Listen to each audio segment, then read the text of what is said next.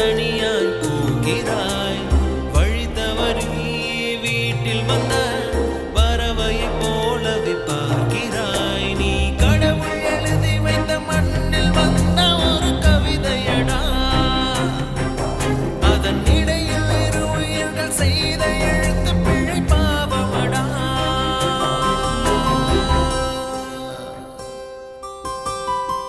ஆராரோ பாட இங்கு தாயுமில்லை. உனை அள்ளி செல்லம் கொஞ்சம் யாருமில்லை. நீ மண்ணில் வந்துதிக்க உன்னை யாரும் ஒன்றும் கேட்கவில்லை.